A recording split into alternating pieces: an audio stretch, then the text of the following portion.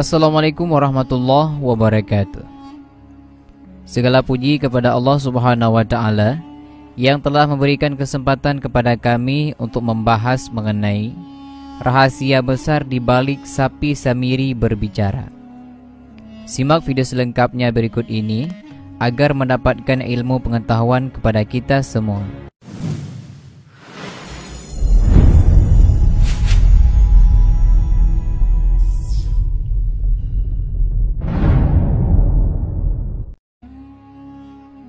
Kisah ini terjadi di zaman diutusnya Nabi Musa kepada kaum Bani Israel, yaitu terjadi pada antara abad ke-13 sebelum Masehi.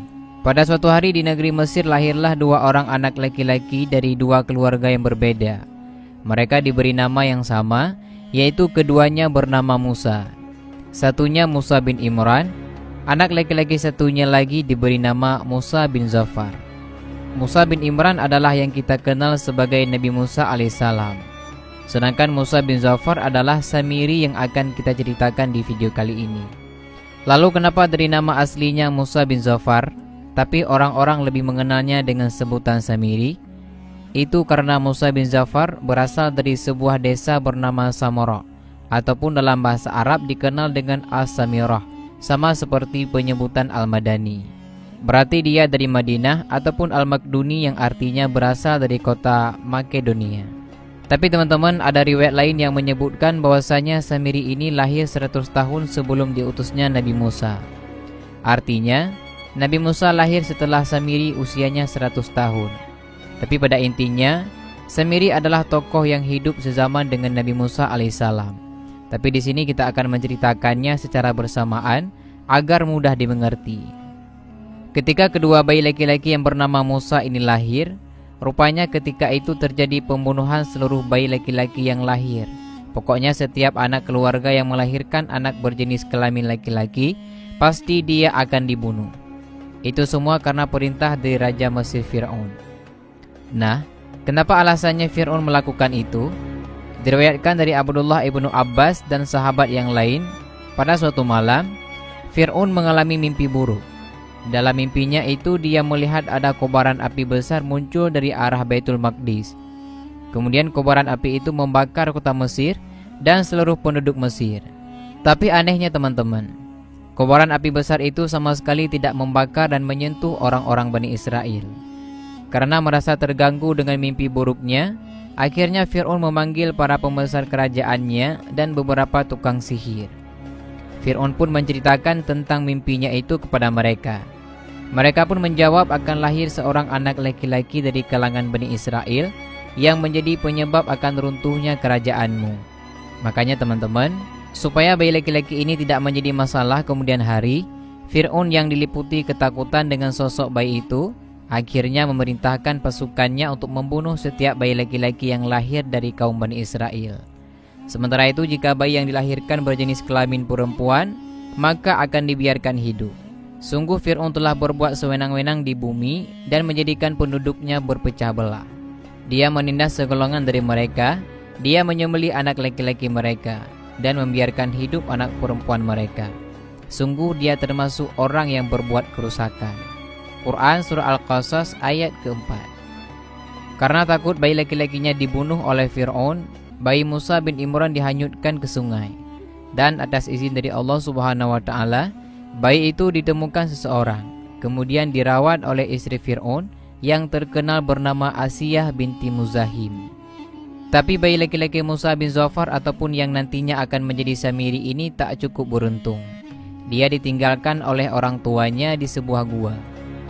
Ada suatu riwayat yang mengatakan ketika Musa bin Zafar kecil ditinggalkan di sebuah gua, nyawanya hampir tak terselamatkan.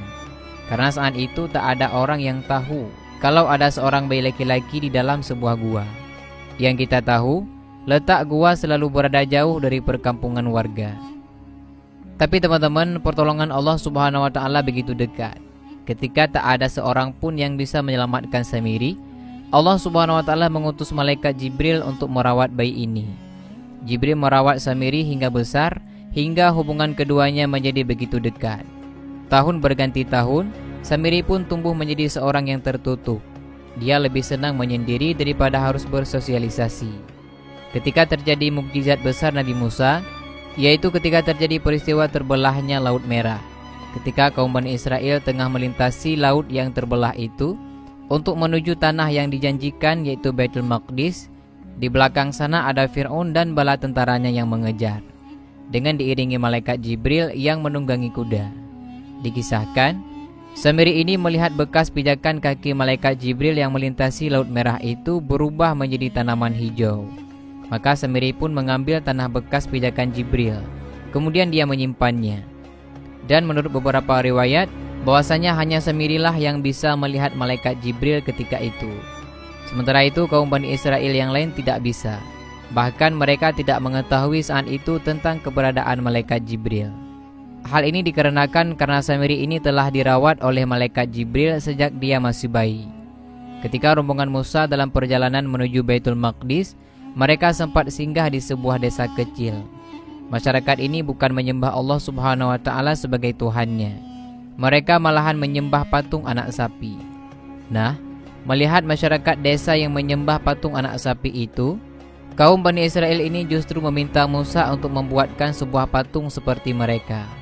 Kaum Bani Israel berkata, "Wahai Musa, buatkanlah kami satu sesembahan, sebagaimana mereka mempunyai beberapa sesembahan."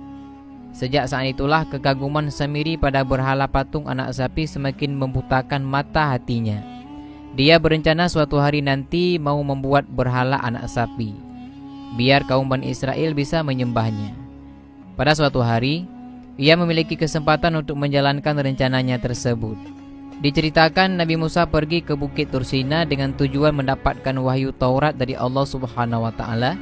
Atas perintah dari Allah Subhanahu wa Ta'ala, Nabi Musa pun berangkat menuju Bukit Tursina seorang diri dan menitipkan kaum Bani Israel kepada Nabi Harun. Tadinya Nabi Musa berencana hanya akan pergi selama 10 malam saja, tapi kemudian digenapkan selama 40 malam. Sebelum Musa berangkat, Nabi Musa menitipkan pesan kepada Nabi Harun, "Wahai saudaraku Harun, gantikanlah aku dalam memimpin kaumku. Perbaikilah dan janganlah engkau mengikuti jalan orang-orang yang membuat kerusakan." Akhirnya Nabi Musa pun berangkat. Kaum Bani Israel pun sementara dipimpin oleh Nabi Harun alaihissalam. Samiri yang mengetahui kepergian Musa, dia pun menjadi senang karena dia memiliki kesempatan untuk membuat patung anak sapi yang diidam-idamkan itu. Karena ketika itu teman-teman, Nabi Harun ini tidak setegas Nabi Musa dalam memimpin kaum Bani Israel. Makanya si Samiri ini berani. Akhirnya pada suatu hari Samiri pun mengumpulkan sejumlah emas dari orang-orang kaum Bani Israel. Kemudian Samiri melebur emas-emas tersebut dengan cara membakarnya. Samiri pun teringat bahwasanya dia punya bekas pijakan kaki kuda malaikat Jibril yang dia simpan di suatu tempat. Akhirnya Samiri pun mencampur emas cair tersebut dengan tanah bekas pijakan kaki kuda malaikat Jibril hingga jadilah sebuah patung anak sapi dari emas. Setelah jadi patung anak sapi, Samiri pun membawa patung anak sapi itu kepada kaum Bani Israel. Kemudian Bani Israel pun bertanya, "Wahai Samiri, apa yang kau bawa itu?" Samiri pun menjawab, "Ini adalah Tuhan kalian dan Tuhannya Musa." Mereka pun berkata, "Tapi Musa sekarang sedang pergi menemui Tuhannya di Bukit Tur." Samiri pun menjawab, "Nabi Musa itu telah lupa dia pergi menemui Tuhannya di tempat lain, padahal Tuhannya ada di sini." Samiri berkata sambil menunjuk berhala sapi yang dibuatnya itu. Kala itu patung itu bisa mengeluarkan suara. Makanya orang-orang Bani Israel pun menjadi percaya. Akhirnya Samiri dan orang-orang Bani Israel pun menyembah berhala patung anak sapi tersebut. Lupa sudah Samiri akan peringatan dari Nabi Musa supaya jangan menyembah berhala. Sementara itu Nabi Harun pun telah mengingatkan Samiri, tapi rupanya Samiri tak peduli dengan nasihat Harun, karena Harun bukan Musa. Harun tak setegas Musa. Versi lain tentang patung anak sapi ini mengatakan bahwasanya setelah patung tersebut jadi, Samiri memasukkan tanah bekas malaikat Jibril ke dalam tubuh sapi itu. Kemudian patung sapi itu mengeluarkan suara yang suaranya seperti anak sapi pada umumnya. Ada pula ulama yang mengatakan sapi itu bisa mengeluarkan suara karena ada angin yang masuk melalui dubur patung itu, dan angin itu keluar lewat mulutnya, sehingga bisa menghasilkan semacam suara. karena Samiri membuat bagian tengah dari patung itu berongga. Kemudian ada pula yang mengatakan patung anak sapi buatan Samiri itu memiliki daging dan bisa mengeluarkan darah layaknya anak sapi pada umumnya, tapi kulitnya terbuat dari emas. Makanya banyak dari kaum Bani Israel yang bersorak kegirangan karena menganggap Tuhan mereka berada di sisi mereka. Intinya adalah Musa bin Ja'far alias Samiri adalah orang yang terobsesi dengan berhala patung anak sapi, sehingga ketika dia memiliki kesempatan, dia merealisasikan obsesinya itu. Dan demikianlah penjelasan mengenai rahasia besar di balik sapi Samiri berbicara. Semoga dari penjelasan ini dapat bermanfaat bagi kita semua. Amin ya rabbal alamin. Assalamualaikum warahmatullahi wabarakatuh.